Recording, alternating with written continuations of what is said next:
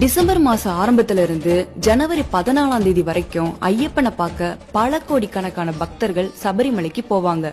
ஆனா இந்த யாத்திரையோட உச்சமே அந்த மகர சங்கராந்தி அன்னைக்கு நடக்கிற மகர ஜோதி தரிசனம் தான். அந்த நாள்ல ஐயப்பன் சன்னிதானத்துக்கு எதிர இருக்கிற பொன்னம்பலமேடு மலையில ஒரு ஒளி திடீர்னு ஒரு பெரிய வெளிச்சமா தெரியும். அந்த வெளிச்சம் 3 தடவை தெரியும். அதை பார்த்த உடனே அங்க இருக்கிற கோடிக்கணக்கான பக்தர்களோட சரண கோஷம் வானத்தை பிளக்கும். நம்ம கண்ணுல கண்ணீர் வரும். நாம எல்லாரும் என்ன நம்புறோம்?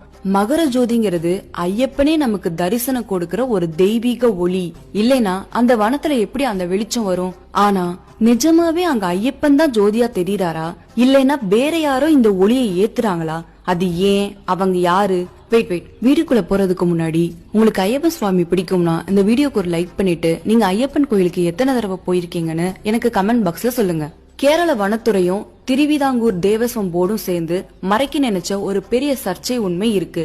வாங்க நம்ம பயப்படாம அந்த காட்டு பாதை வழியா உள்ள போய் அந்த ரகசியம் என்னன்னு நம்ம தெரிஞ்சுக்கலாம். முதல்ல இந்த மகர ஜோதி எங்க இருந்து வருதுன்னு தெரிஞ்சுக்கலாம். ஐயப்பன் சன்னதிக்கு எதிரில தெற்கு நோக்கி அடர்ந்த காட்டுக்குள்ள இருக்கிற ஒரு மலைதான் பொன்னம்பலமேடு. இந்த மலைய பாக்குறதுக்கு நமக்கு தூரமா இருக்கும். அங்க போக சாதாரண மனிதர்களால முடியாது. அந்த அளவுக்கு அது அடர்ந்த வனவிலங்குகள் நடமாட்டம் உள்ள இடம். கேரள வனத்துறையோட கட்டுப்பாட்டுல இருக்கிற இந்த மலைக்குள்ள யாருக்கும் அனுமதி கிடையாது. அங்க ஒரு கிராமமோ வீடுகளோ இல்ல. அப்போ அங்க எப்படி ஒளி வருது? மகர ஜோதிங்கிறது ஒரு வானியல் நிகழ்வான மகர சங்கராந்தி அன்னைக்குதான் நடக்குது. அதாவது சூரியன் தனுசு ராசியில இருந்து மகர ராசிக்கு மாறுற நேரம். இது நம்ம தமிழ்நாட்டோட தை மாத பிறப்பு. இந்த நேரத்துல வானத்துல ஒரு குறிப்பிட்ட கிரக சேர்க்கை நடக்கும். அதுக்கும் இந்த ஜோதிக்கும் ஏதாவது சம்பந்தம் இருக்கான்னு பார்த்தா நமக்கு விடை கிடைக்கல. கோடிக்கணக்கான பக்தர்கள் வந்து ஜோதி தெரியற அந்த நேரம் ஐயப்பனை பார்த்தா நமக்கு மோட்சம் கிடைக்கும்னு நம்புறாங்க. இந்த அளவுக்கு புனிதமா கருதப்படும் ஒரு நிகழ்வு மனிதனால நடத்தப்பட்டதா இருந்தா அது எவ்வளவு பெரிய அதிர்ச்சி உண்மை. இப்போ இந்த மர்மத்தை துரத்தி பிடிக்கலாம் வாங்க. பல வருஷமா சபரிமலை நிர்வாகத்தை நடத்துற திருவிதாங்கூர் தேவஸ்வம் போர்டு சொல்லிட்டு இருந்த விஷயம் என்னன்னா, இது ஒரு தெய்வீக ஒளி, ஐயப்பனே வானத்துல ஜோதியா தெரியுறாருன்னு.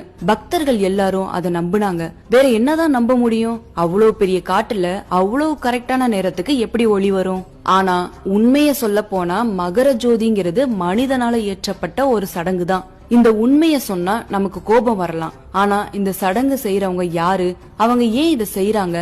இங்கதான் விஷயமே ரொம்பவும் சுவாரஸ்யமா மாறுது. அந்த ஒளியை ஏத்துறவங்க வேற யாரும் இல்ல. அவங்க அந்த பொன்னம்பலமேடு வனத்தை ஒட்டி வாழ்ந்துட்டு வரக்கூடிய பழங்குடி மக்கள். அவங்க பேரு மலையர்கள். இந்த மலையரையர்கள் தாங்கள் தான் சபரிமலையோட பூர்வீக காவலர்கள்னு சொல்லிட்டு வர்றாங்க.